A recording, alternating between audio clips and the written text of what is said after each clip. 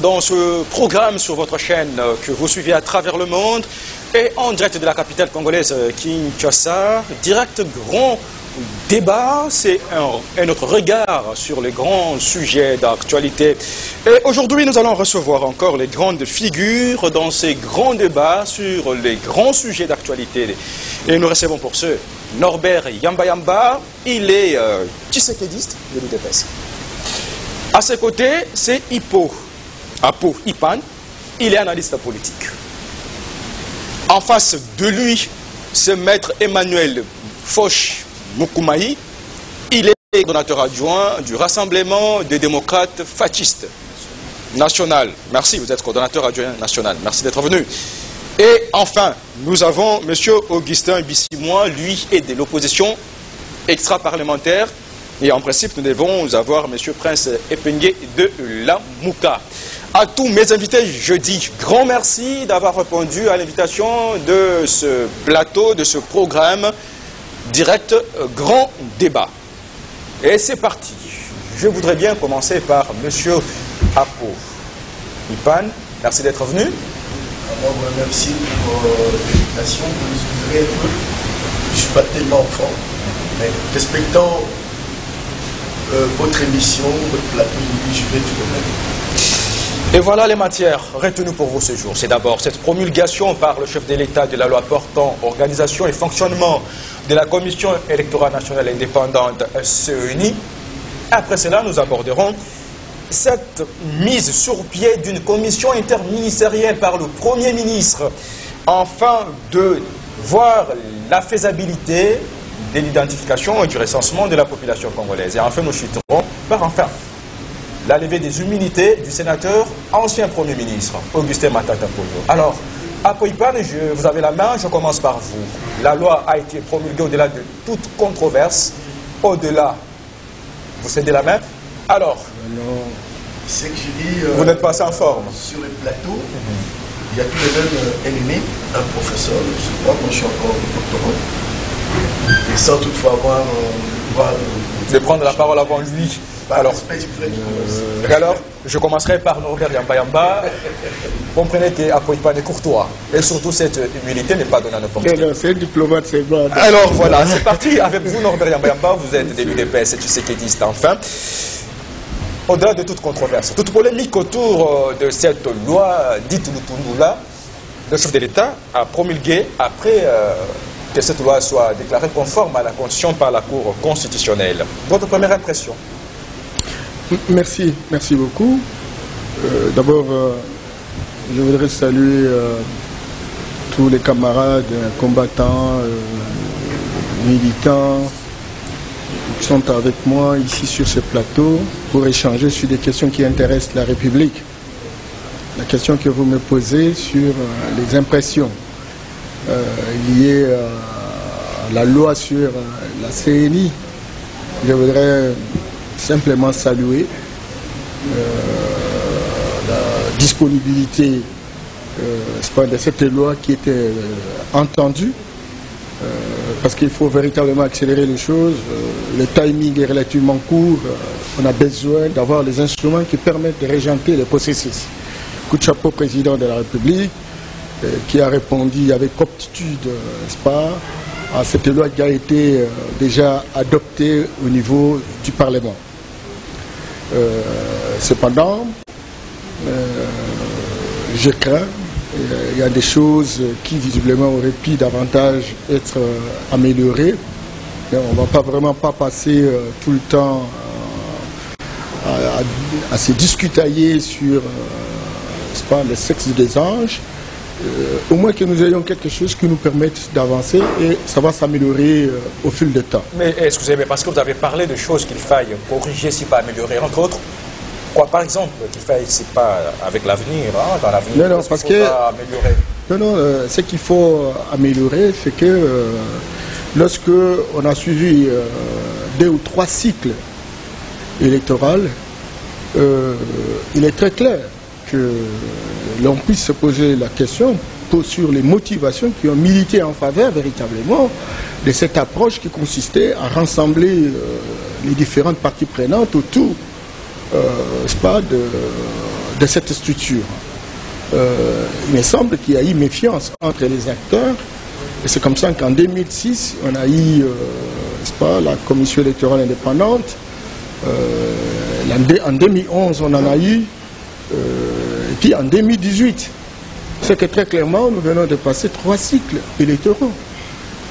Or, généralement, par principe, c'est le ministère de l'Intérieur qui doit avoir les prérogatives d'organisation des élections. Je ne sais pas à quel moment on va encore restituer cette responsabilité au ministère de l'Intérieur. Moi, je pense que 3 cycles, c'est déjà beaucoup pour que cette responsabilité soit restituée au ministère de l'Intérieur. Alors, Norbert Yambemba, Augustin Bissimois, c'est vous, à moins que je me sois trompé, vous êtes de l'opposition extra-parlementaire. Après tout ce bruit autour de cette aujourd'hui loi, autrefois proposition de loi, l'Église catholique, l'Église Christ-Congo SSC, l'AMOCA, et puis voilà. Il y a eu une controverse de ce genre pour demander, en appeler à un consensus. Le chef de l'État a promulgué enfin la loi. Qu'est-ce qui reste? Les carottes sont cuites? Bon, merci beaucoup d'abord pour l'invitation accordée à notre parti politique, le MDVC, présidé d'Homme de Maître par le président national, le professeur Dr Justin Moudekereza, et dont j'ai l'honneur de gérer comme secrétaire général. Et donc, par rapport à la loi qui a été promulguée par le chef de l'État, je voudrais dire ici que, sincèrement, le décor est planté, n'est-ce pas, de tricherie et de la fraude. Et nous allons les regretter. Pourquoi? Parce que nous pensons que le président Félix Tshisekedi, avec l'UDPS, ils viennent d'un parti politique de l'opposition, qui ont beaucoup combattu les antivaleurs dans ce pays, qui ont beaucoup combattu la manière dont les élections s'étaient toujours déroulées dans notre pays. Et donc, nous pensions, nous au niveau du MDVC, nous au niveau de l'opposition extra-parlementaire, que ça aurait dû être l'occasion de corriger les erreurs du passé. Mais décidément, on se rend compte qu'on s'embarque encore une fois vers un trou profond. Qu'est-ce que je veux dire par là? Messieurs les journalistes, il vous souviendra que la Constitution, à son article 8, reconnaît très bien l'opposition et ses droits dans ce pays. Et l'article 8 est encadré par la loi organique portant statut de l'opposition. Là, je cite la loi numéro 07/008 du 4 décembre 2007. Cette loi vous dit que l'opposition est parlementaire et extra-parlementaire. Mais à quoi on a assisté? À l'article 10 de la loi qui a été promulguée la fois passée, il a été retenu ce qui suit. Je cite, la CENI est dirigée par les personnes issues des forces politiques représentées à l'Assemblée nationale et de la société civile. Et donc, nous nous disons, si déjà, au niveau de l'Assemblée nationale, on a induit les chefs de l'État en erreur, je me pose la question de savoir, qu'est-ce que dans notre pays, on fera de la loi organique portant statut de l'opposition dans ce pays? Qu'est-ce qu'on va faire de l'article 8 de la Constitution? Et nous pensons que, sincèrement, là, il y a une volonté délibérée de pouvoir exclure certaines forces parce qu'on les voit venir. Et nous pensons que, là, sincèrement, que ce soit la Cour constitutionnelle, bien évidemment, au niveau du MDVC, nous sommes légalistes. Nous ne pouvons pas critiquer les arrêts de la Cour parce qu'ils sont susceptibles d'aucun recours. Mais qu'est-ce qui se passe? Nous allons nous incliner. Mais néanmoins, il faudra que le garant des bons fonctionnements des institutions de la République, le chef de l'État, c'est lui qui a, n'est-ce pas, les bateaux de commandement, plutôt les bâtons, se disent, écoutez, on m'a induit en erreur, qu'est-ce que j'ai fait? À lui de s'assumer. Mais nous nous disons, si on est en train de préparer les lits de contestation, les lits de tricherie, eh bien, rien ne va empêcher à l'opposition extra-parlementaire de gagner les élections parce que le bilan en face est mitigé. Le bilan n'existe pas. Alors, je vous relance par une autre question. Aujourd'hui, la loi a été enfin promulguée par le chef de l'État. Elle devient d'application. Aujourd'hui, vous continuez à dénoncer ou vous alertez par rapport aux contestations à venir? Bon, écoutez, j'ai entendu parler ici d'un consensus. Il y en a qui se battent pour ce consensus-là. Mais nous nous disons, en tant que légalistes, en tant que démocrates, nous avons connu des élections en 2018. peu importe la manière dont elles ont été organisées. Mais la Cour, n'est-ce pas, qui est une institution habilitée à proclamer vainqueur ce qui nous gouverne aujourd'hui. Et le président de notre parti a dit, on s'incline, on n'a pas de président. On n'a pas des institutions, là on parle de l'Assemblée nationale qui a voté cette loi, et donc c'est ça la nôtre, peu importe la manière dont on a eu cette majorité. Mais le problème c'est quoi? Le consensus, il est difficile de l'avoir en dehors des institutions. Si nous sommes légalistes, si nous sommes des gens qui respectent très bien notre démocratie, nous devons nous dire, le Parlement s'est prononcé. Parce que nous sommes là dans une politique de représentation. Eh bien, la Cour aussi s'est prononcée, le président a promulgué, nous faisons quoi?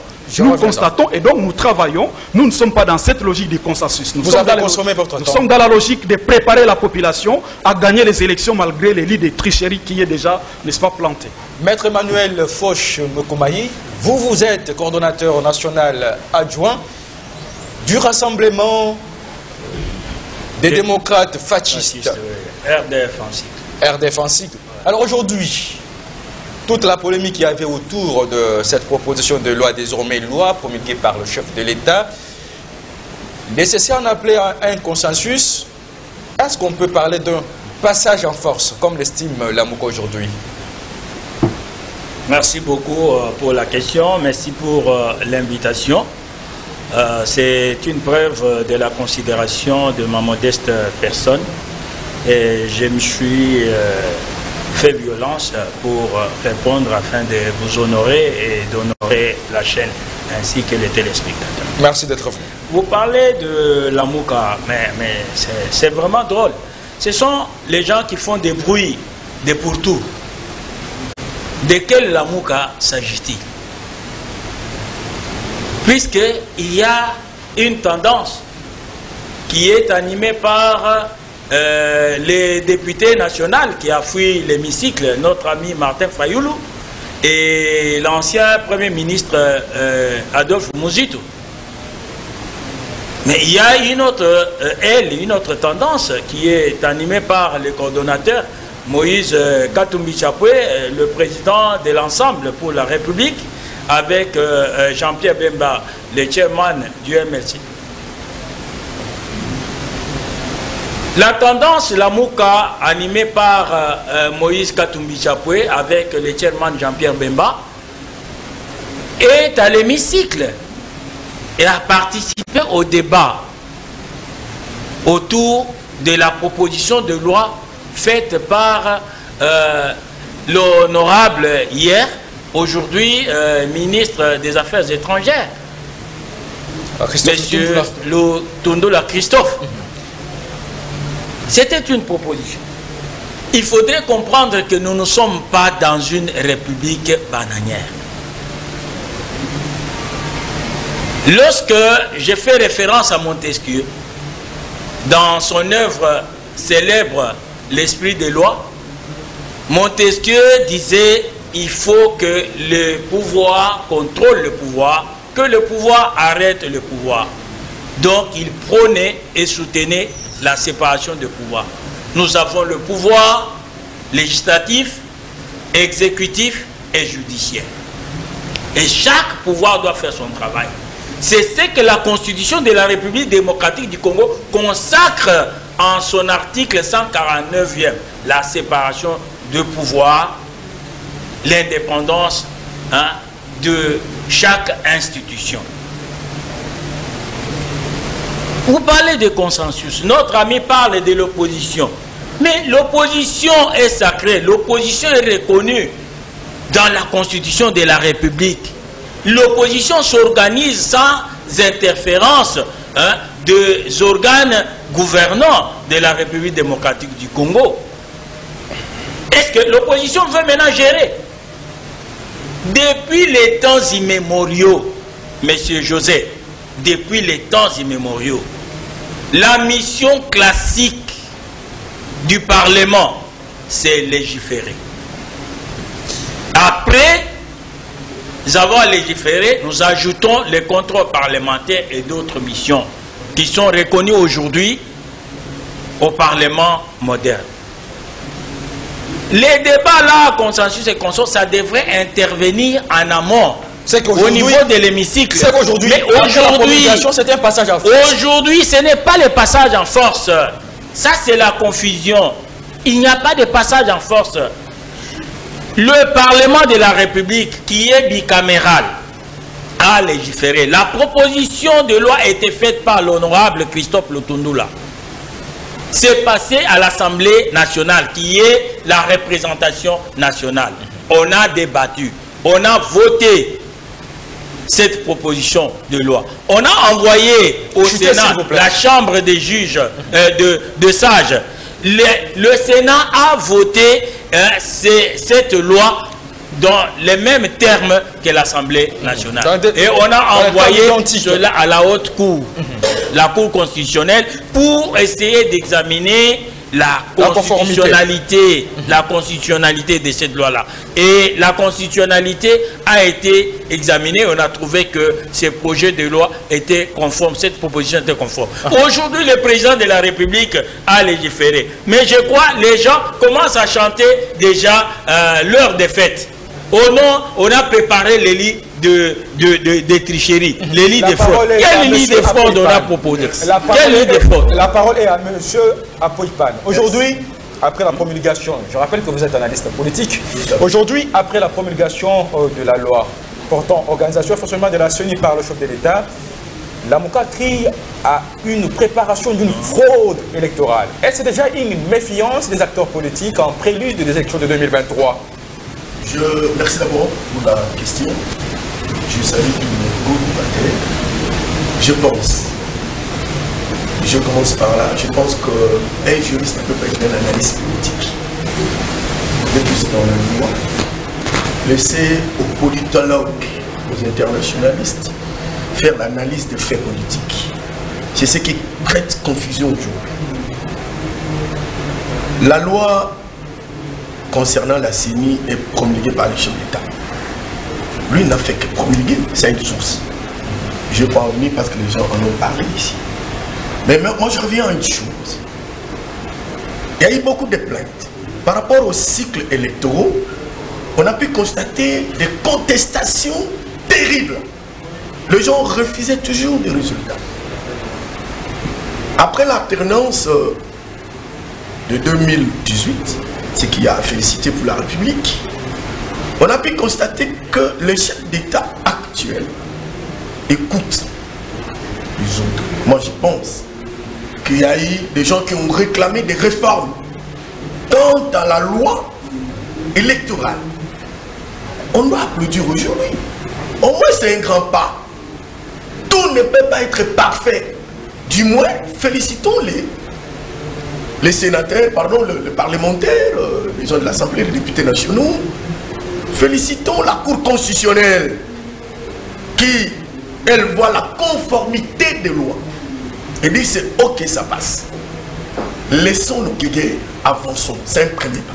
Mais la MOCA ne voit pas les choses. La MOCA plutôt croit que vous n'avez pris à... J'accepterai encore aujourd'hui que les parlementaires n'ont pas pris en considération son aspect. Quel aspect? Qui a été coulé sur sa feuille de route, la dépolitisation de la Commission électorale nationale indépendante. C'est là où cette loi pêche. Bon, vous ne voulez pas que j'analyse, vous voulez que je sois trop superficiel. Vous avez la parole. Refusez dans mes analyses. Vous êtes dans votre timing. Allez-y. C'est une opinion. Acceptons ça. C'est ce que justifie la beauté de la démocratie en RDC. Comment vous voulez que tout le monde puisse applaudir? Non. C'est pas ce que j'ai dit. La MOCA a la liberté de se prononcer quant à ces... Respectons cette opinion-là. Mais moi, je vous dis, du moins, c'est un pas que nous avons affranchi à nos. J'ai parlé des réformes. Tout le monde a réclamé. Moi, par exemple, il y a quelque chose qui ne m'a pas plu. Peut-être que je n'ai pas encore parcouru toute la loi. J'aurais voulu que l'élection des sénateurs passe par la population de cette province-là, de chacune des provinces. Parce que lorsque les sénateurs sont élus par les grands électeurs, nous voyons l'aventure qu'on observe au grand jour. Parce qu'une chambre de sages pose des actes qu'on ne peut pas accepter dans un État qui se respecte. Et les gens n'ont pas honte de le faire. Ils empêchent même la justice d'évoluer. Or, Même ceux qui lisent la Bible savent que la justice élève une nation. Et si nous tenons. Alors pour dire ceci, j'aurais souhaité qu'on revoie parmi les réformes qui est cette réforme concernant l'élection des sénateurs, que ce soit plus par les grands électeurs, que ce soit par la base, la population de chacune des provinces. C'est ce que moi je souhaitais, mais la loi est là. Ce qu'il faut faire maintenant, c'est quoi? Les gens doivent se préparer. Nous ne sommes pas encore à l'ère de la campagne ou des campagnes électorales qui se préparent. La Cour constitutionnelle, nous sommes appelés tous à respecter cette institution. Elle est la nôtre. Parce que vous savez, sur le plateau de télévision, quand je vois les gens analyser avec des termes un peu discutoires, avec des termes un peu qui fâchent, qui énervent, moi je me dis, il faut qu'on revoie cette façon de voir les choses. Je suis pour dire ceci. J'ai eu peu de paroles par rapport à mes co-débatteurs. Le Congo, aujourd'hui, attend qu'il y ait des élections qui se font en 2023 ou en 2026 ou en 2028. Nous sommes libres. Nous sommes libres. Il y a encore des doutes là-dessus. Non, non. C'est pas en 2023. Mais on va parler, on va parler de recensement, non? Exact. Je garde ça. Mais j'ai dit tout simplement, le chef de l'État n'a fait que promulguer cette loi. C'est intéressant. Je reviens à vous. Politiser ou pas sur la tenue des élections. Oh, on a, pardon, je termine. On a politisé la CENI.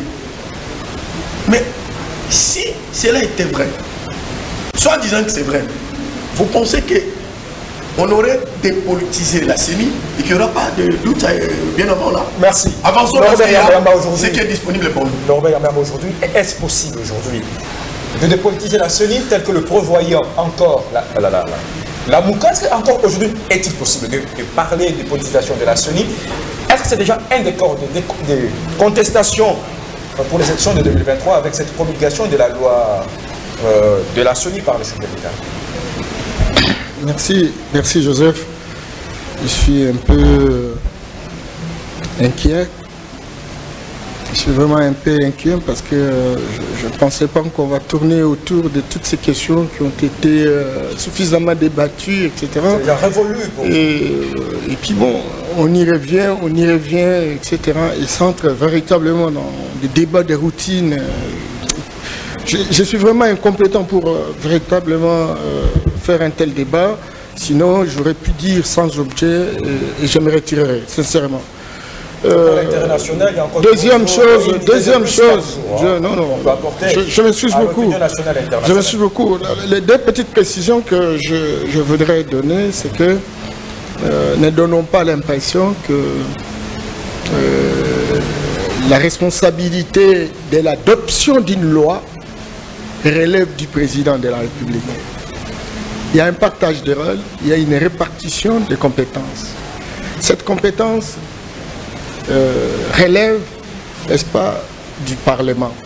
Et c'est le Parlement qui a analysé, n'est-ce pas, le projet qui a été présenté par, n'est-ce pas, le député Jean-Christophe Lutunula, qui est devenu aujourd'hui ministre des Affaires étrangères. Donc, c'est le Parlement qui endosse véritablement la responsabilité.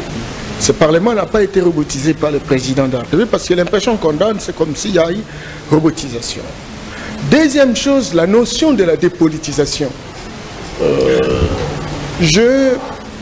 Effectivement, moi, réfléchis pendant plusieurs années, et ça fait l'objet de plus de 4 livres par rapport à ça, sur la dépolitisation. Vous savez, lorsqu'on regarde les motivations qui ont milité les négociations ou le pourparler de Sun City, certainement qu'on est parti avec cette logique de dépolitisation. Parce qu'on se disait que l'État fonctionne comme un système, et en tant que système, il y a d'une part les gens qui ont la gestion quotidienne de la République, ça s'appelle les institutions publiques, et il y a aussi des gens qui sont bénéficiaires, mais qui doivent avoir un droit de regard par rapport à ce qui se passe, notamment les journalistes, la société civile, etc. Alors maintenant que l'on voudrait se répartir le rôle, c'est très clair que ceux qui font la gestion s'occupent des institutions publiques, et ceux qui ne font pas la gestion et qui ont un droit de regard par rapport à l'action publique, c'est pas plus s'occuper des institutions d'appui à la démocratie. Et vous avez là la CNI, c'est une institution d'appui à la démocratie. Vous avez l'institution de lutte contre la corruption, votre histoire d'audiovisuel, CESAC, etc. Il y a aussi les comités de droits de l'homme maintenant. Donc, il y a un conseil de droits de l'homme.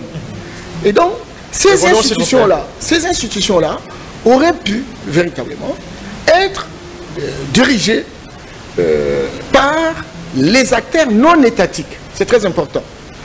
Malheureusement, les hommes politiques ont toujours été cupides dans notre pays. Depuis 2006, on a trahi cette version et on a politisé, n'est-ce pas, ces institutions. Et aucune disposition n'a été prise pour dépolitiser. Ça dit dépolitiser, ça veut dire revenir essentiellement aux acteurs non étatiques. Oh, on n'est plus là, parce qu'il y a la méfiance continue. Alors, il faut donc mettre en place un système de surveillance mutuelle. Ce système de surveillance mutuelle reprend à la fois les acteurs politiques et les acteurs non étatiques. Ensemble, on se surveille, personne ne va tricher. C'est ça justement la vision que porte la loi qui a été présentée par Christophe Loutouni. Alors, M. Augustin Abissimon, évoluons déjà, nous faisons course à la montre. Aujourd'hui, avec cette loi promulguée par le chef de l'État, comment voyez-vous déjà l'arrivée, c'est pas la tenue des élections en 2023? Bon, je voudrais méfiance entre acteurs politiques? Je voudrais d'abord apaiser mon grand frère Apoïpan qui voulait que les élections des sénateurs soient, n'est-ce pas, faites par la population. Parce qu'ici, il s'agit d'abord de la loi organique portant fonctionnement et organisation de la CENI. Donc, la loi électorale, voilà, la loi électorale viendra. Voilà, ça pourra parler de ça. Donc, après, évoluons s'il vous plaît. Proposer. Encore de la matière à aborder. Moi, je voudrais préciser une chose ici. D'abord, je constate que les débats ici, qui se veulent pédagogiques, comme l'a dit mon vieux, mon aîné, est en train de tourner sur des choses qui ne sont pas légales. Parce que si moi je vous ai montré des éléments légaux, et je suis à l'aise de constater que tout le monde a parlé de politisation, mais personne n'a fait allusion aux éléments légaux que j'ai présentés ici, qui ont été omis, n'est-ce pas, dans la fameuse loi organique portant, n'est-ce pas, fonctionnement de la CENI. Écoutez, lorsque je vous dis que l'article 10 a bien précisé que la CENI ne sera dirigée que par les personnalités ici de l'Assemblée nationale et de la société civile. Qu'est-ce qu'on fait de la loi organique portant statut de l'opposition, qui dispose, je cite, que l'opposition est parlementaire et extra-parlementaire. Et donc, dans cette machine électorale, à quoi on assiste? Ça veut dire qu'on va tout simplement considérer la majorité, on considère seulement l'opposition parlementaire, et on ignore l'opposition extra-parlementaire qui est de surcroît reconnue par nos lois. Et donc, ceux qui estiment que les chefs de l'État ne pouvaient pas interférer, je suis d'avis parce que nous sommes légalistes. Mais cependant, l'article, n'est-ce pas, 69 fait de lui garant des bons fonctionnements des institutions. Et donc, tout ce qui pourrait capoter, c'est à sa tête. Ce qui fait qu'il est aussi, à moins que je sois contredit ici, il est aussi le patron de l'union sacrée de la nation. Mais alors aujourd'hui, M. Abissimon, l'autre aujourd'hui déjà, vous parlez d'un bilan qui ne sera pas défendable pour Félix Tshisekedi en 2023. C'est-à-dire que vous aussi, si jamais vous perdez les élections en 2023, vous crierez tout de suite à la fraude. Je cite, je dis ceci. Quelle est la volonté de pouvoir exclure des forces qui, de surcroît, sont reconnues par la loi? Quelle est la volonté si ce n'est que de vouloir les exclure parce qu'on voudrait préparer quelque chose? Ça, c'est un débat. Et pour finir, je me dis sincèrement, par rapport à la dépolitisation, c'est un débat dépassé. Parce qu'il ne faut pas que les gens ignorent que nous ne sommes pas ici en train de parler révision ou changement de la Constitution. Évoluons alors. La Constitution que nous avons aujourd'hui, il faut que les gens le sachent, que ce soit du côté Union Sacrée ou du côté Lamouka, elle est une émanation, n'est-ce pas, de Sun City. Des belligérants en principe. Et donc, pas du tout. Sun City a constaté qu'il y a des choses qu'il faut encadrer. Voilà pourquoi on a dit désormais il faut que la CENI soit là comme institution d'appui à la démocratie pour organiser les élections. Et donc, si les choses se sont passées au niveau de l'Assemblée nationale, comme l'a dit mon aîné, et donc nous devons nous courber, nous qui ne sommes pas là. Alors, parce que l'opposition parlementaire, a été là, elle a suivi les débats et n'a pas été en mesure, n'est-ce pas, de faire respecter ça. Et donc, c'est qu'il faut que nous devons avancer. Alors, abordons le recensement. Voilà, le recensement. Maintenant que le Premier ministre a jugé opportun aujourd'hui de mettre sur pied une commission pour aujourd'hui songer à l'étude et à la faisabilité, voulais-je dire ici, de l'opération de l'identification et du recensement de la population. C'est parti quand même. C'était opportun de songer à ce recensement qui a pris beaucoup de temps et que le peuple congolais attendait d'être doté d'une carte, d'une pièce d'identité. Et nous, au niveau de l'opposition extra-parlementaire, nous avons toujours été pour cette opération. Et donc, je ne pense pas qu'aujourd'hui, il y a un seul citoyen congolais qui va s'opposer, n'est-ce pas, au recensement de la population. Parce que, sincèrement, depuis beaucoup d'années, on est en train de tourner autour du pont pour parler de la population congolaise. Certains vous parlent de 80 millions d'habitants, d'autres vous parlent de 100 millions. Et donc, personne en réalité ne sait pas, nous sommes à combien. Donc, il y a l'occasion quand même d'applaudir pour le président Félix Tshisekedi et l'UDPS qui, après différents régimes qui se sont succédés, je suis assez majeur pour le dire dans mes termes.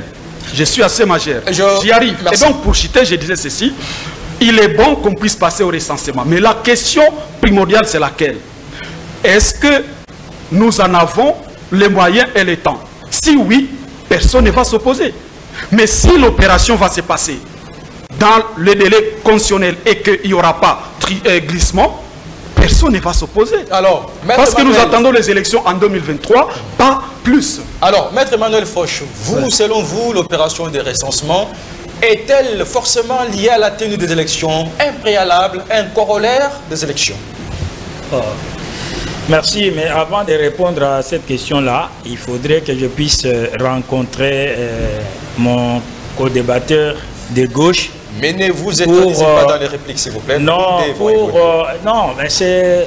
Hein, la réplique vaut son pesant d'or pour des raisons pédagogiques. Je vous en prie, mais allez-y, s'il vous plaît, nous courons derrière. Il s'inquiète, il dit non, l'opposition est écartée, il y a l'opposition parlementaire et extra-parlementaire. Mais mon cher ami, vous devez savoir qu'il y a la loi organique sur l'opposition, qui prévoit même que l'opposition doit avoir les porte-paroles de l'opposition. Et pourquoi on parle d'opposition? L'opposition ne gère pas. Vous voulez que l'on puisse associer l'opposition à la gestion? Non. La gestion du pays, nous avons un État, nous avons les institutions. Et vous dites même que le président de la République est l'arbitre du bon fonctionnement des institutions. Mais lisez l'article 68 de la Constitution de la République. L'opposition n'est pas prévue parmi les institutions. Il y a 4 institutions de la République. Institution, président de la République. Première institution. Deuxième institution, le Parlement. Troisième institution, le gouvernement. Et quatrième institution, les cours et tribunaux. Alors, mais où est l'opposition? L'opposition doit observer, doit critiquer, comme pour nous servir des feux rouges au niveau des carrefours. Donc, d'ailleurs, nous ne devions même plus parler de tout ça. Parler de ça, c'est la rébellion contre la Constitution. Alors, puisque l'article 168 de la Constitution de la République dit expressis verbis que les arrêts de la Cour constitutionnelle produisent des effets erga omnes. Donc, ça impose à tous. Ils ne sont pas susceptibles de recours et ils doivent être observés. Lorsqu'aujourd'hui nous quittons, pendant que la haute cour a examiné que cette loi est conforme à la Constitution. La Constitution, c'est la loi fondamentale de la République. On ne doit pas blaguer n'importe qui vient là-bas. Consensus, c'est sur cela. Dis, mais la Mouka, c'est quoi? Ils ont quelle qualité? Nous avons l'autorité législative. Je vais vous ravir la parole. Non, je suis dans mon temps, papa. Allez-y, mais parlez l'essentiel. À ma question, vous n'avez pas encore répondu. Ce que je dis, c'est l'essentiel, papa. Pourquoi vous êtes pressé? Vous m'avez invité pour que je parle. Mais vous ne devez pas m'interrompre. Qui vous sont posées, s'il vous plaît. Non, mais je vais en venir là-bas. Et lui-même a dit ici que personne ne s'oppose au recensement. Il parle des moyens. Est-ce que lui et le gouvernement, Samalou Kondé Kenge est là comme Premier ministre avec le gouvernement de Oria, ils vont trouver les moyens.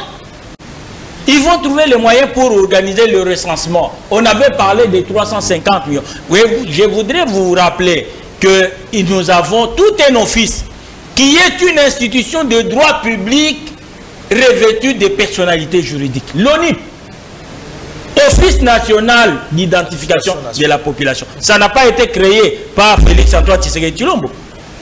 C'est Joseph Kabila qui a créé ça.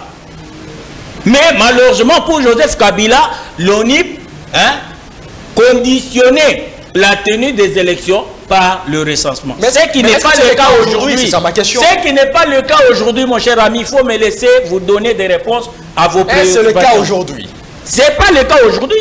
Le recensement peut être fait dans 3 mois, dans 2 mois, dans 4 mois. Donc, vous n'êtes pas des statisticiens, vous n'êtes pas les démographes, vous ne connaissez pas des méthodes que l'on peut utiliser pour avoir les recensements. Nous ne pouvons pas aller aux élections comme ça, vaille que vaille. Non, laissez-moi chuter. Laissez-moi chuter. Nous ne devons pas aller aux élections, vaille que vaille. Tout État responsable, que ce soit ici, que ce soit sous d'autres cieux, même dans des pays de vieilles démocraties.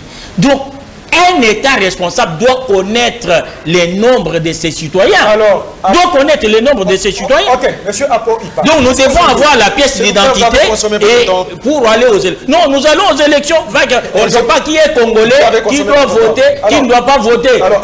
Ce sont des choses qui créent des contestations entre les Congolais, tel ne l'est pas. Donc, nous ne devions pas engager les débats là-dessus, papa. Alors, Apo Ipan, aujourd'hui, l'opération d'identification et de recensement de la population, qui est une opération de routine administrative, est-ce qu'elle peut être aussi un argument politique pour la non-tenue des élections dans le délai constitutionnel? Je ne vais pas enjamber ma réponse par cette question. J'aimerais faire un petit pas de recul. C'est dans votre temps. À vous de gérer votre temps. Je pense que je vais le même temps que les autres. Je pense. Chers amis, revenons à la loi de la CENI. Il y a un élément confiance qu'on veut négliger. Les politiciens congolais créent des raisons partout. Il y a des astuces partout.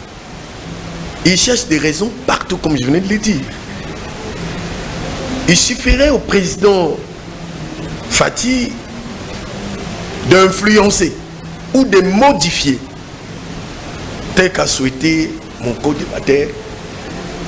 On allait avoir des débats sur le plateau de télévision dictateur. Heureusement pour lui, il est prudent. Premier élément. Laissez les politiciens se surveiller entre eux à la CENI. Parce que actuellement, c'est le président Fati qui dirige le pays. Il suffirait qu'il y ait quelqu'un de la société civile là-dedans, à la tête. On va dire qu'il est manipulé par le pouvoir. Moi, je pense que... Ça s'est fait nulle part. Allons-y. Même à Rome. Pape organise les élections. Je peux gagner mon temps, s'il vous plaît? Vous avez la parole. Il nous suffirait de comprendre aujourd'hui que cette prudence qu'a appliquée les chefs d'État doit être applaudie. Nous ne devons pas nous répéter ici. Comme a dit le prof, c'est un peu sans objet. La haute cour, la cour constitutionnelle, a fait une lecture de cette loi et d'elle être conforme à la Constitution. Qu'est-ce que sur un plateau de télévision nous pouvons avancer pour modifier? Avançons. Deuxième élément, nous ne devons pas confondre le rôle du président de la République. Quand on lui dit il est le garant des institutions, cela ne nous l'amène pas à s'ingérer dans la gestion de chaque institution. Ça serait de la cacophonie. Il faut le respecter. Il doit respecter les institutions. Éviter également qu'il y ait des conflits. Ici, nous parlons des élections déjà. Alors, donc la loi est là. Recensement. Plus ou moins les recensements, millions de dollars. Les recensements, c'est un enjeu très important dans ce que nous appelons le respect du calendrier électoral. C'est lié. Les recensements pour notre pays, en dehors de l'ONIP, comme a dit mon co-débatteur, il y a ce qu'on appelle projet d'appui au recensement général de la population ici en RDC. Il y a ces grands projets-là pour appuyer ces recensements. Dans les recensements, on va sortir des statistiques. Je veux interroger un peu le passé, sinon l'histoire. Nous sommes en 1984, Zaïre. On a connu un recensement biaisé. En 2010, l'Institut national de statistique a tenté de donner une estimation sur le nombre d'habitants en RDC. Ils sont allés à 72, c'est-à-dire 72 millions 600 habitants. C'était juste des estimations. Pourquoi des bons comme Bissi moi l'a dit, que tout le monde est d'accord sur ça? Mais moi je vais dire une chose. Mais lorsque vous avez dit, c'est une phrase que vous avez lâchée, mais en passant. C'est ce que je veux dire maintenant. Le recensement est lié aux élections. Qu'est-ce que c'est la nuance? Le recensement est lié aux élections. Si lui il a peur de le dire, moi je le dis en tant qu'analyste. Oui. Sans avoir peur d'être contredit. C'est ça le débat. C'est que le recensement peut impacter sur la tenue des élections. Bien sûr. Au-delà de 2023. Bien sûr. Je l'ai dit et je le confirme. Nous sommes en 2016. Le président Kabila devait terminer son deuxième mandat. Mais pourquoi ils sont allés en 2018? Il y a une raison. Peut-être la population ne veut pas partager, mais il y a une raison. Il y a une raison qu'on a amené les élections de 2018. Pourquoi vous négligez tout ça? Nous devons toujours interroger l'histoire. Aujourd'hui, le président actuel a montré simplement sa volonté. Les élections, tout le monde est d'accord. Comment on s'est mis d'accord? Ok. Les recensements, tout le monde aussi est d'accord. Mais comment on va? C'est à peine que vous venez prendre la parole. Laissez-moi être poli comme j'en ai l'habitude. Si vous me laissez la parole comme ça, là, je vais rejeter. Je vous donne la parole parce que vous la consommez. Allez-y, s'il vous plaît. Mais en chutant aussi. Soyez juste. Pour permettre aussi. Soyez juste dans la répartition équitable de la parole. Allez-y, s'il vous plaît. Maître a beaucoup parlé. Vous étiez non, on fait l'effort, on fait l'effort. Allons-y. Je vais lui offrir les chronos. Vous m'embrouillez. Je vais lui offrir les chronos. Il y a des gens qui nous suivent. Allez-y, s'il vous plaît. Ah, si on est tombé dans les chronos, tu es là. Bon, là. Voilà. Élection liée au recensement. On est d'accord pour les recensements. Mais les recensements doivent aboutir aux statistiques. On doit connaître le nombre de la population qu'on a. Et on dit un État sérieux qui veille à son développement doit tenir compte à la planification. Donc, les recensements peuvent nous amener à la planification. Rassurez-vous. Les statistiques qu'on aura pourra permettre même aux chefs de l'État et aux autres institutions d'avoir des décisions judiciaires. On commence les élections, les recensements, il faut qu'on y aille. S'il arrivait que en 2023, on n'a pas encore un nombre exact de la population, l'identification n'a pas encore pris fin, qu'est-ce que vous allez dire à Fatih? Qu'il a prolongé? Il prépare tout ça? Non. Moi, je souhaite, ça n'engage que moi, les recensements doivent continuer. Si on dépasse 23, allons-y. Mais est-ce que ce n'est pas possible? Jusqu'à ce que... Est-ce que ce n'est pas possible, s'il vous plaît? Je vous donne la parole. Est-ce que ce n'est pas possible? On commence l'opération d'identification et de recensement. Oui. Sous Fatih. Oui. Les élections se tiennent en 2023. Comment? Il gagne ou pas en 2023, mais l'opération continue. Comment il ne peut pas gagner? Non. Il va gagner. Il va gagner. Laissez-moi dire. Il va gagner. Vous l'amenez à la campagne? Oui, s'il vous plaît. Vos questions sont quelquefois. Vous avez la parole. Non, c'est pas normal. Cher ami, On ne discute pas sur des hypothèses. on a préparé les recensements. Normalement, ça devait terminer avant 23 pour qu'il y ait une élection. Mais s'il arrivait que je suis dans une hypothèse, je prends une alternative qui a deux hypothèses. La première hypothèse, l'identification se termine avant 23. C'est au moins tel nombre de population, telle province à tel nombre, on va aux élections. Pas de problème. Deuxième hypothèse, s'il arrivait que avant les élections et qu'on n'ait pas terminé avec l'identification, on arrête l'identification, même le monde va se moquer de nous. Nous devons continuer. Ça n'engage que moi. Donc, les deux opérations sont liées. Nous devons connaître le nombre de la population congolaise. On va, même en 2026, on fait des élections. Alors, on a des problèmes. Parce que personne ne sera gagnant, personne ne sera perdant. Mais c'est la République qui sera gagnant. Le concurrent de Fatih, s'il sera candidat à sa propre succession, ceux-là vont comprendre qu'il nous faut un nombre exact de la population vous êtes analyste ou une estimation proche pour qu'on arrive aux élections. Donc, nous devons le dire maintenant pour éviter des troubles. Donc, ici, moi, je rappelle que vous êtes analyste politique. Voilà. Alors, on va aller même en 2028 et on organise les élections. Pourvu qu'on connaît le nombre de la population. Et voilà, vous avez entendu les uns les autres autour de cette table. En tout cas, je suis clair. Parce qu'aujourd'hui, le recensement est une opération forcément liée à la tenue des élections. Oui. Vous épousez ce point de vue? J'ai deux petites choses. La première chose, c'est de tranquilliser mon ami, qui n'a pas tellement tort, en reconnaissant que le président est le garant du bon fonctionnement des institutions.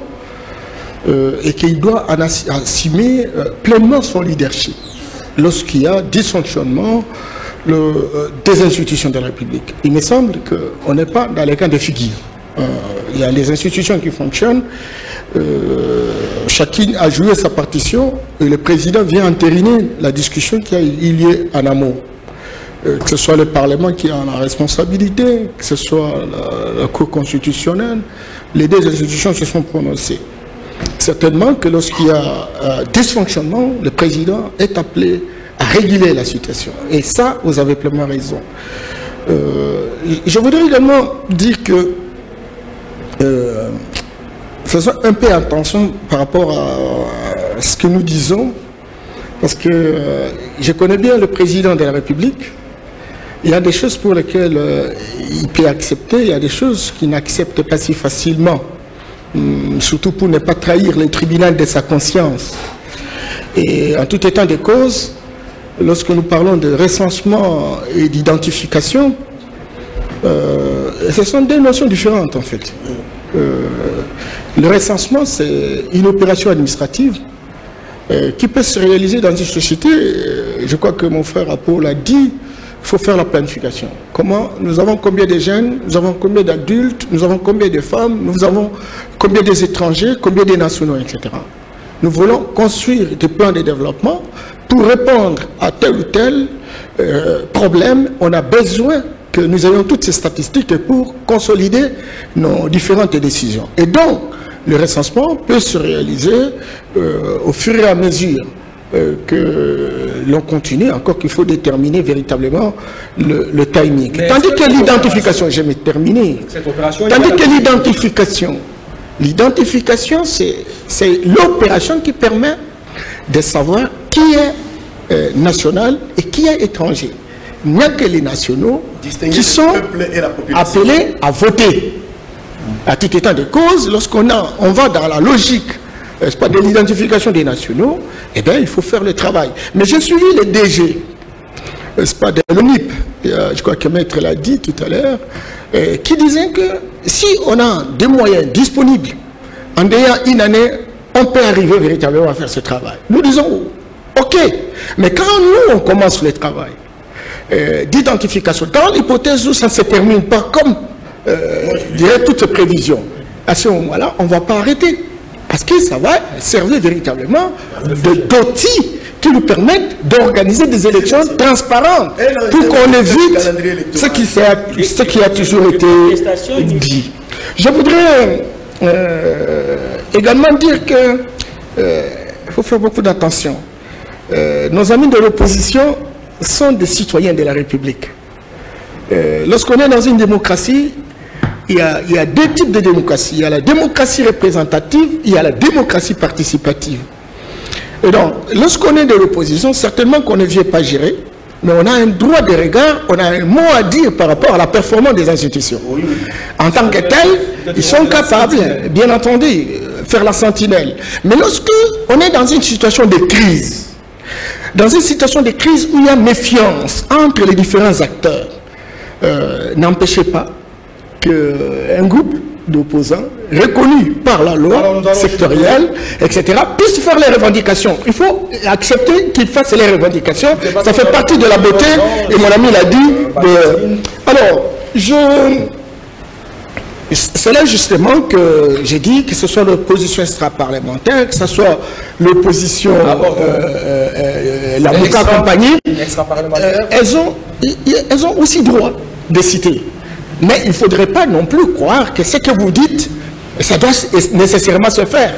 Et il faut le dire. Mais il faut engager le débat. Et donc, ce débat-là va permettre à ce qu'on puisse consolider nos positions et lever l'option. Nous tendons vers la fin. Abordons la dernière matière qui a été retenue pour vous au menu de ce magazine. Les immunités de l'ancien Premier ministre, actuellement sénateur, Matata Ponyo, ont été levées par le bureau pendant que on dirait madame pas beaucoup de temps. Est en vacances. Par contre, alors, est-ce aujourd'hui dire que le Sénat se rachetait? Oui, monsieur. Chacun aura 2 minutes et demie, 2 minutes et demie, et puis on va conclure. Vous y allez, vous concluez, et puis ça sera la fin. Pour des raisons d'équité, vous allez vous rendre compte que je semble être seul contre tous. Parce que c'est quoi je vois cette marche de parole. Non, si par vous le rapport constatez bien, j'y arrive. Je ne voudrais pas laisser passer, n'est-ce pas, certaines choses. Heureusement, notre aîné a su répondre, n'est-ce pas, à ce que j'ai entendu ici. Vous savez, quand nous sommes sur les plateaux, nous faisons des émissions pédagogiques. Nous avons nos enfants qui nous suivent et qui apprennent. Pour dire que tu n'es pas seul. Pour une fois, oui. Merci beaucoup. Et donc, à ce niveau ici, lorsqu'on dit ici, nous sommes en train de discuter les matières sur la composition de la CENI. Mais on me dit à côté que l'opposition ne gère pas. Je suis perdu.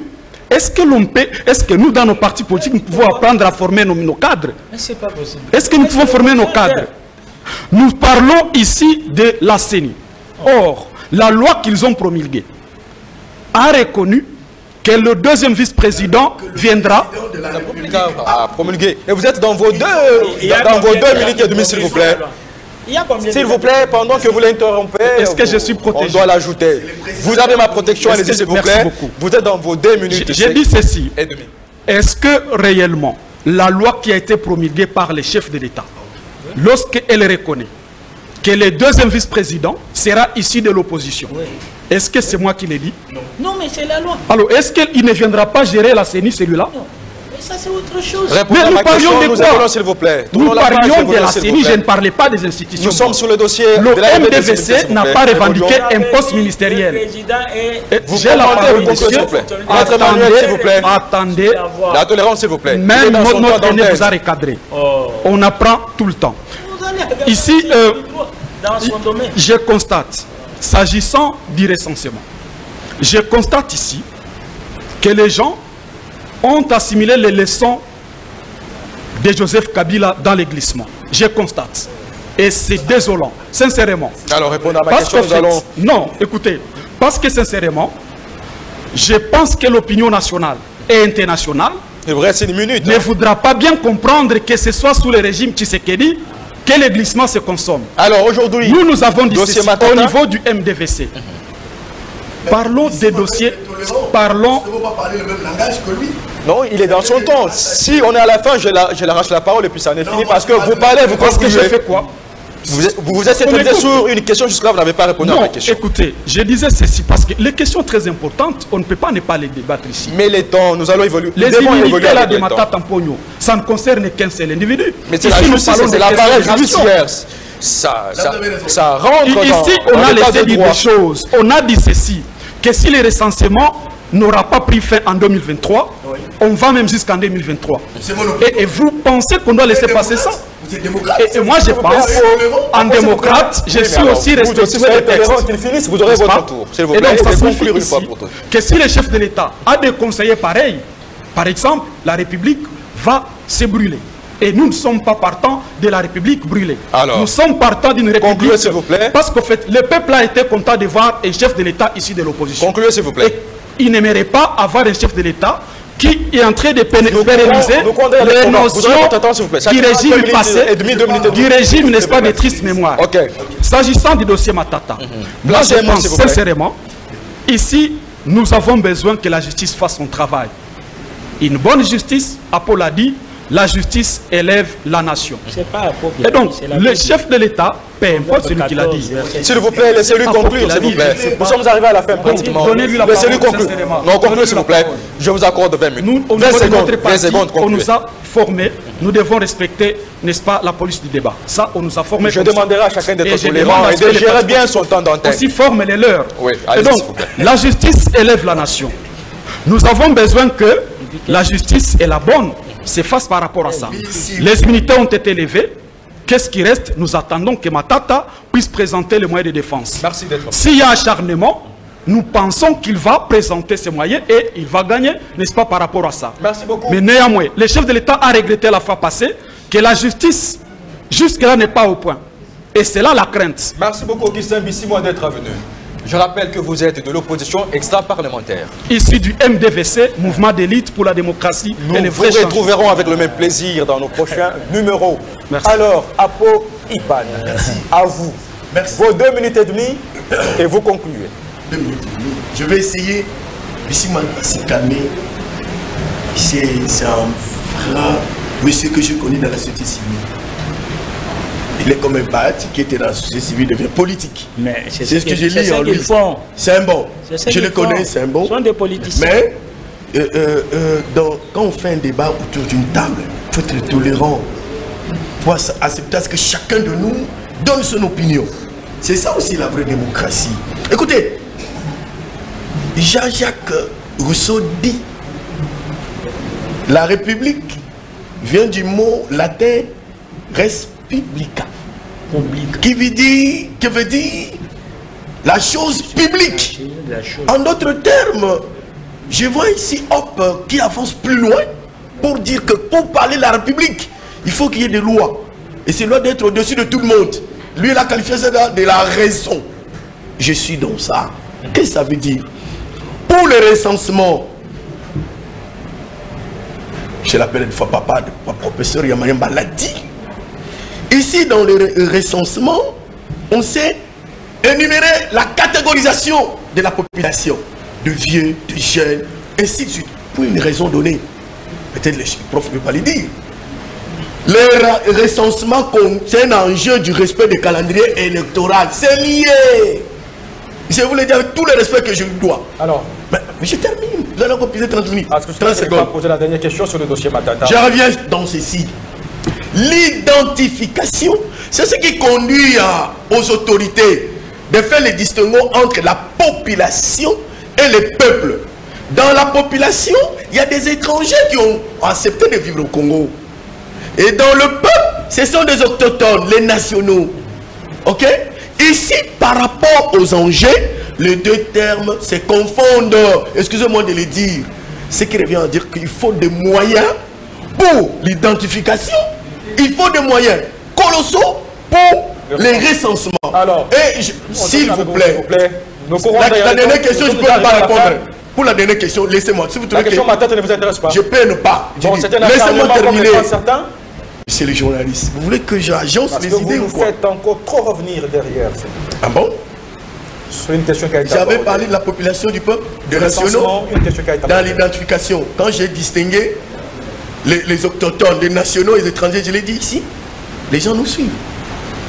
Attention, il ne faut pas prononcer des choses qui vont blesser les gens sur le plateau. Les recensements, le prof l'a dit. Maintenant, je viens de catégoriser les gens sur les recensements. Je l'ai dit ici, je me répète jamais. J'avance. Vous êtes arrangé pour que je n'avance pas justement. J'ai parlé des moyens. L'État doit chercher des moyens, les disposer de ce travail qui fait l'inspection générale des finances aujourd'hui, pour permettre que les gens perdent l'argent de l'État et ça conduit à la mobilisation des recettes. Lorsqu'on a tous ces moyens-là, on a possibilité d'organiser d'abord, j'ai dit d'abord, les recensements et l'identification. Et après, on va organiser les élections. Là où ça fait peur à Bissi, moi, quand je dis, on arrive à 2023. Les recensements n'ont pas abouti. L'identification n'a pas abouti. Je pose la question. Allons-nous organiser les élections ou on doit continuer cette opération? Pour Matata, l'affaire est à la justice. Suivons, nous attendons les procès pour qu'on ça passe. On n'a pas de problème contre lui. C'est un fils intelligent de ces pays, il faut le reconnaître, c'est ça. Il est intelligent, autant que le président a reconnu l'intelligence de Caméré. N'est-ce pas? Nous les reconnaissons à Matata. Mais lorsqu'on a géré la chose publique, le principe de redevabilité qui sanctionne la bonne gouvernance doit être d'application. Ne pas avoir peur. Et répondre à la justice, et répondre à l'interpellation, à l'invitation de la justice de son pays, qu'est-ce qui est de plus mieux? Qu'est-ce qui est de plus mieux que ça? On a une réponse pour Matata. Nous attendons le procès. Mais moi, j'insiste, lorsqu'on arrive à 2023, ça n'engage que moi. Lorsqu'il n'y a pas de moyens pour terminer les recensements et l'identification, allons jusqu'à 2026. Même 2028. Organisons les bonnes élections. Vous êtes même allé jusqu'à 2028. Je l'ai dit. Vous voulez qu'il y ait 2030, pourvu qu'on organise les bonnes élections où on connaît le nombre de votants. Vous êtes un analyste politique. Merci d'être venu. Merci. Je salue tous encore dans le prochain C'est intéressant. Merci. Je viendrai. Ok. Alors, Norbert Yambemba, tu sais qu'il dit des Pessiens. Est-ce qu'aujourd'hui, affaire Matata, les unités sont levées? Est-ce que le Sénat se rachetait? Est-ce qu'on peut dire qu'enfin que le passé nous rattrape toujours et que maintenant la justice peut faire son travail?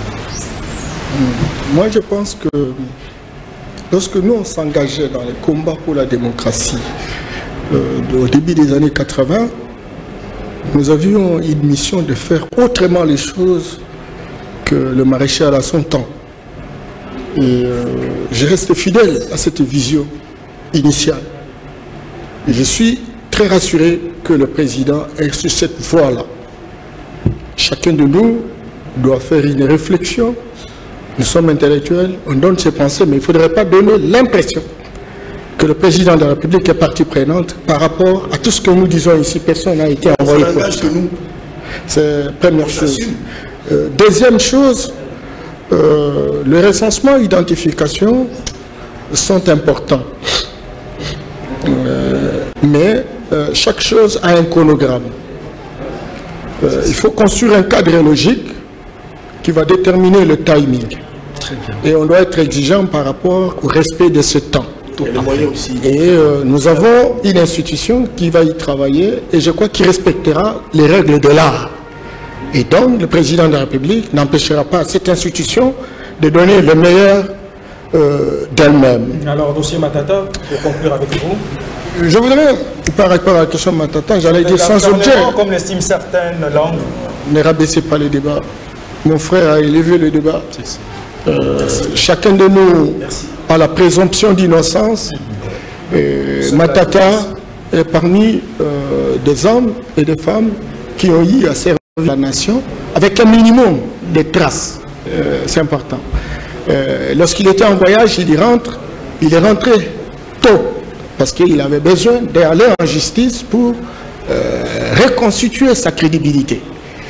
C'est l'occasion aujourd'hui plus que jamais qu'il puisse véritablement démontrer son innocence pour confirmer naturellement cette présomption. Et donc, je n'ai pas véritablement d'autres commentaires à faire. Merci, si ce n'est de reconnaître que chacun de nous est présumé innocent avant que la culpabilité ne soit prononcée. Merci. Merci beaucoup Norbert Yamba. Je rappelle que vous êtes tshisekédiste de l'UDPS. Merci d'être venu. Nous allons conclure ce magazine avec Maître Emmanuel Foch Mukumaï. Vous êtes coordonnateur national adjoint du Rassemblement des démocrates fascistes. Aujourd'hui, tous les regards sont braqués vers la justice pour voir les dénouements de poursuites judiciaires contre l'ancien Premier ministre. Enfin, on peut dire que les sénateurs ont collaboré avec la justice. Collaborer avec la justice, c'est pas du tout à exclure, hein, puisque une institution ne peut pas gêner une autre dans son fonctionnement. Vous savez, la Bible nous dit la justice élève la nation tout entière. C'est pas la CENI qui peut élever la nation, c'est pas l'opposition, mais c'est la justice qui peut élever la nation. Nous devons nous estimer heureux d'avoir un président comme Félix-Antoine Tshisekedi Tshilombo, puisque lors de sa première adresse à la nation en décembre 2019, il avait réclamé à l'autorité législative la réforme des lois. Il avait souhaité qu'il y ait l'élection présidentielle à 2 tours, que les sénateurs, les gouverneurs des provinces soient élus au suffrage, je ne veux pas dire universel, mais provincial, pour éviter la corruption et tout ce que nous avons vécu comme devoir. L'article 211 de la Constitution de la République en vigueur reconnaît la CENI comme une institution d'appui à la démocratie, reconnaissant que la CENI s'occupe d'enrôlement des électeurs, des fichiers électoraux, des opérations de vote, ainsi de suite. Et il conclut en disant la CENI est régi par une loi organique. Et c'est cette loi organique que nous avons vue. Quand notre ami Bissi, moi, ils se disent de la société civile, j'ai conclu. Mais ils sont politiciens, donc c'est vous dire, il faudrait nous inviter prochainement pour que nous puissions. Merci d'être venu. Donc, Matata, c'est moi qui ai dit ça. Matata Pogno, hein, fut Premier ministre dans ce pays. La loi dit, pour avoir exercé quelques fonctions, si on a commis des infractions à l'occasion ou dans l'exercice de ces fonctions-là, on doit en répondre. Et d'ailleurs, le Sénat a compris qu'il ne pouvait pas gêner les autres en levant les immunités de M. Matata, qui est jusque-là innocent, puisque la présomption d'innocence est d'ordre constitutionnel. Merci beaucoup, Maître. Mais il doit la prouver. Il doit la prouver, puisque le parquet aussi a la présomption de culpabilité. C'est cette présomption de culpabilité qui fait que... Mais quand je parle, vous êtes en train de parler. Parce que vous avez déjà consommé votre temps, s'il vous plaît. Je vous demande de conclure calmement, s'il vous plaît. Hippo est en train de revenir de concluez, s'il vous plaît, s'il vous plaît. Concluez, s'il vous plaît, Maître Emmanuel Foch. Non, je voudrais dire ceci. Nous aurons le débat à propos de... Donc, on ne doit pas craindre, nous devons connaître la population qui est là. On doit faire le recensement. Merci beaucoup, Maître. Le recensement va nous permettre de déterminer le nombre de sièges dans des différentes circonscriptions. Donc, ça va éviter de approfondir la question dans nos prochains numéros, Maître Emmanuel Foch. Merci d'être venu. Je rappelle que vous êtes coordonnateur national adjoint du Rassemblement des démocrates fascistes. Merci à tous les invités autour de la table d'avoir répondu à l'invitation de ce magazine Direct Grand Débat. Je rappelle, nous avons reçu Apo Ipan, analyste politique, Norbert Yamba, il est de l'UDPS tshisekédiste. Nous avons Augustin Bissimois de l'opposition extra-parlementaire. Secrétaire général du MDVC. Merci. Et enfin, Maître Emmanuel Foch, qui est coordonnateur national du Rassemblement de fascistes. C'est la fin. C'est la fin de ce magazine Direct Grand Débat sur votre chaîne. Excellente suite de programmes. Vous nous suivez dans le monde. Prochain invité sur vous. Et à plus.